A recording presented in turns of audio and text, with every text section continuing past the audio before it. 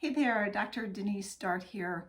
We are in the midst of a series on boundaries, and if you haven't watched the other videos, you might want to go back and watch them, either before or after this one, doesn't matter. Just a lot of really good stuff there. Boundaries may seem easy on the surface. They're not. It's a lot to understand and a lot to process. Today, this video is going to be very brief. What I want you to do today is to begin to take ownership for your feelings and for your choices. The empowering thing in setting a boundary is that you begin to recognize that rather than pushing in and trying to explain with the perfect words to your abuser how they're hurting you, or to try to get them to change their behavior, you begin to recognize that a boundary is so freeing because it allows you to step back emotionally, physically, spiritually. Setting boundaries is what you do to care for yourself. I remember years ago when I was in the midst of a toxic relationship and really doing my own personal work. I knew that I would leave the relationship.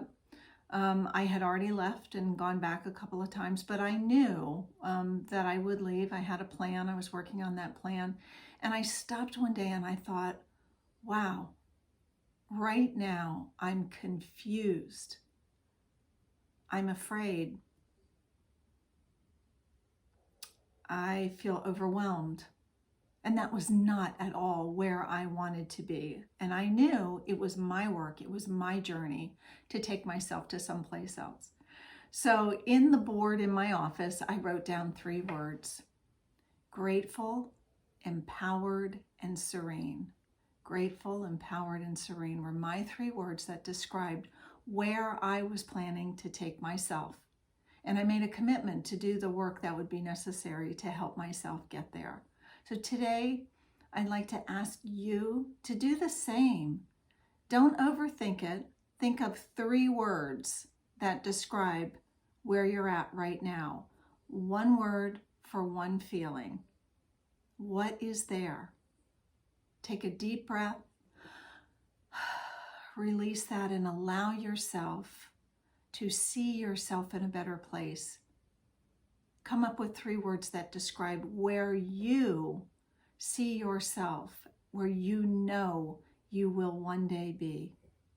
So later on that day, after writing those 3 triumphant words on my board in my office, I came in, and the abusive narcissist in my life had scribbled through my words, grateful, empowered, and serene, and then taken the eraser and erased. So I could see the scribbling. I could almost see the rage behind that action. And I looked at it, I smiled to myself, and I thought, you cannot take that from me. And that really empowered me in moving forward in my journey towards my own personal freedom. So I'm glad you're here. Keep coming back. Lots of great information. Check the resources below. If you pop by my website, there's an immediate download for the top 10 signs that you are in a toxic relationship. So go ahead and check that out. Check out the other videos. Subscribe if you haven't done so already. If you like the video, like it. And please, if you feel so inclined, share your 3 words. What describes you now? What describes where you see yourself and where you commit to taking yourself in the future? Thanks so much for being here. I appreciate you so much. It is my honor to share with you, to help to educate you, empower, and support you in this journey of breaking free and recovering from toxic abuse.